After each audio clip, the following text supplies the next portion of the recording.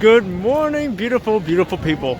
It's Capital Thursday and welcome back to the channel. And today we are visiting Cedar Point. Now they have been open for about,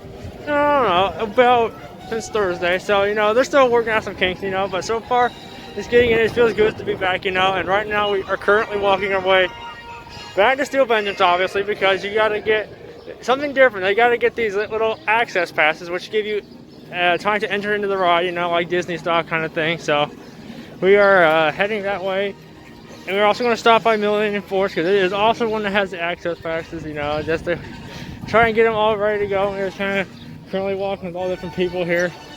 There are some guys that were already in front of us that are already full sprinting back there, so I guess Vengeance is already going to have a busy day, but best in the world, so I don't mind. And right now we're just walking down the Midway. Nice at about 10 o'clock in the morning, so nice and crisp out here. Feels pretty nice to be back. I'm kind of surprised that none of the rides are testing right now, but no big deal. And yeah, I will see you in a minute, guys. And as part of something new things I added this year for 2020, they added this, which is one of two shops they added up here to the front, or redesigned anyway. I believe this is where Pink's once stood, I believe. Oh, that was over there, but this is a much better replacement, I think. It's just much open, much more clean, Feels more like an official Main Street, if you get what I'm saying.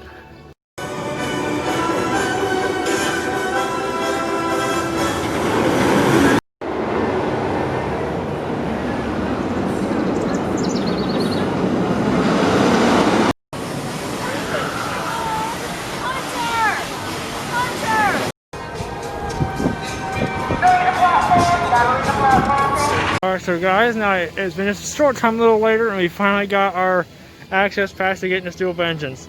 Now, we waited about, 30-45 minutes in the line. Okay, just to give you an idea, it stretched back from where Steel Vengeance is all the way back over there, okay? And then it stretched all the way back around over to here. So, it was an insanely long line, but we eventually got through it. So, we're definitely back in a little bit. Right now, we're going to go over to Millennium Force and try to get one of them.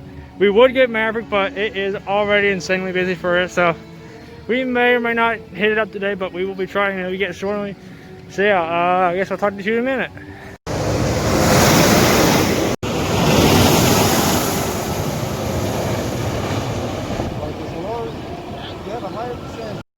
Okay, so guys, it's been a little more than a couple hours, as you can see.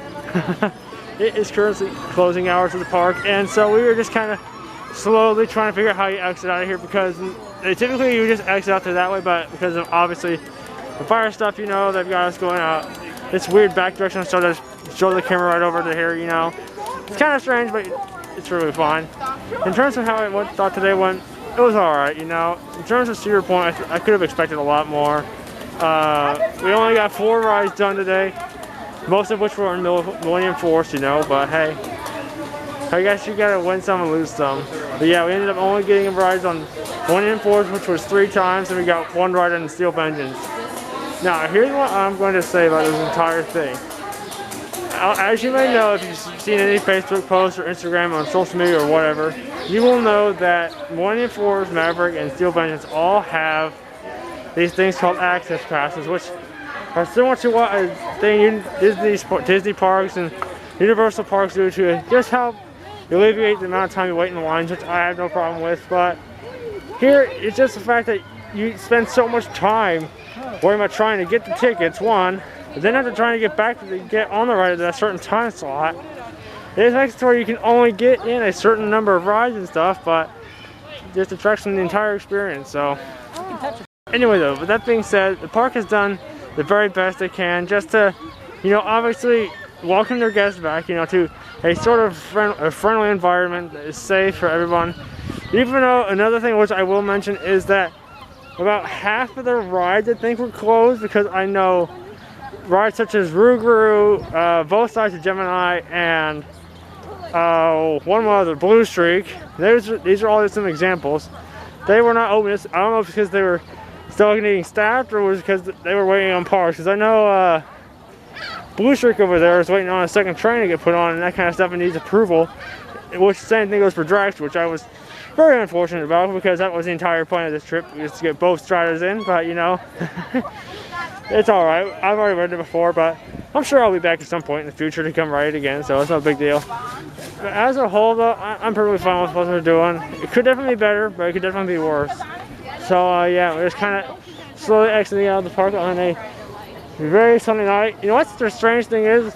We would have ended up getting a ride on either Raptor or Gatekeeper, but by the time we got to that point, which was about an hour or so ago, we were just so tired. We just did not have the strength just to keep on going. So we just had to kind of seal the deal, but we will eventually be back.